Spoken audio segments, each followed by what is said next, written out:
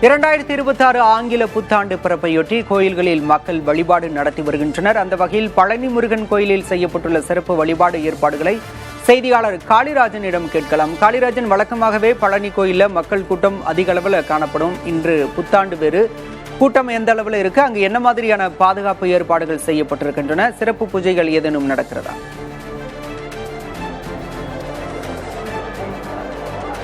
ஆங்கில புத்தாண்டு இன்று கொண்டாடப்பட்டு வருகிறது. இந்த நிலவில் 6 படை வீடுகளில் 3ஆம் படை வீடான அருள்மிகு தண்டாயுதபாணி சுவாமி கோயிலில் காலை 3 மணி முதலே பக்தர்கள் அதிக அளவில் குவிந்த வண்ணம் உள்ளனர்.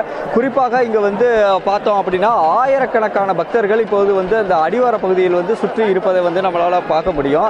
நம்மளோட ஒளிப்பதிவாளர் தற்போது காட்டிக் கொண்டிருக்கிறார். இது தவிர புத்தாண்டிற்காக தற்போது சாமி தரிசனம் செய்ய வந்தவர்கள், மேலும் பழனியில் மாலை அணிவித்து பாத யாத்திரையாக சாமி தரிசனம் செய்யக்கூடியவர்களும் இங்க கூடி வருகின்றனர். குறிப்பாக ஏற்கனவே வேண்டுதலின்படி அவங்க காவடி தூக்கியும் பால் குடம் எடுத்தும் தற்போது இங்க வந்துகிட்டு இருக்காங்க. இதற்கான பல்வேறு ஏற்பாடுகள் கோயில் நிர்வாகம் சார்பாக செய்யப்பட்டுள்ளது.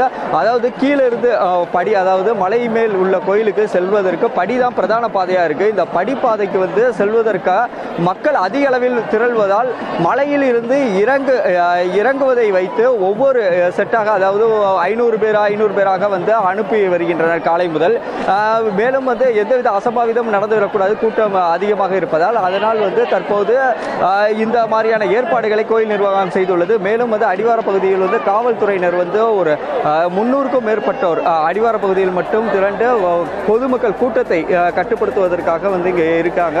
குறிப்பா இந்த மாலை அணிவித்து, தற்போது இந்த மாதம் மாலை அணிவித்து பழனிக்கு பாத யாத்திரை வருபவர்கள் அதிக அளவில் வருவதால் தற்போது இந்த கூட்டம் அதிக அளவில் இருக்கிறது. இன்று குறிப்பாக லட்சக்கணக்கான பேர் அருள்மிகு தண்டாயுதபாணி சுவாமி கோயிலில் சாமி தரிசனம் செய்வாங்க அப்படிங்கிறது குறிப்பிடத்தக்கது.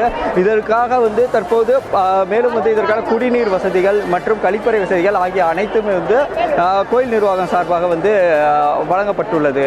பாலா, விவரங்களுக்கு நன்றி காளிராஜன்.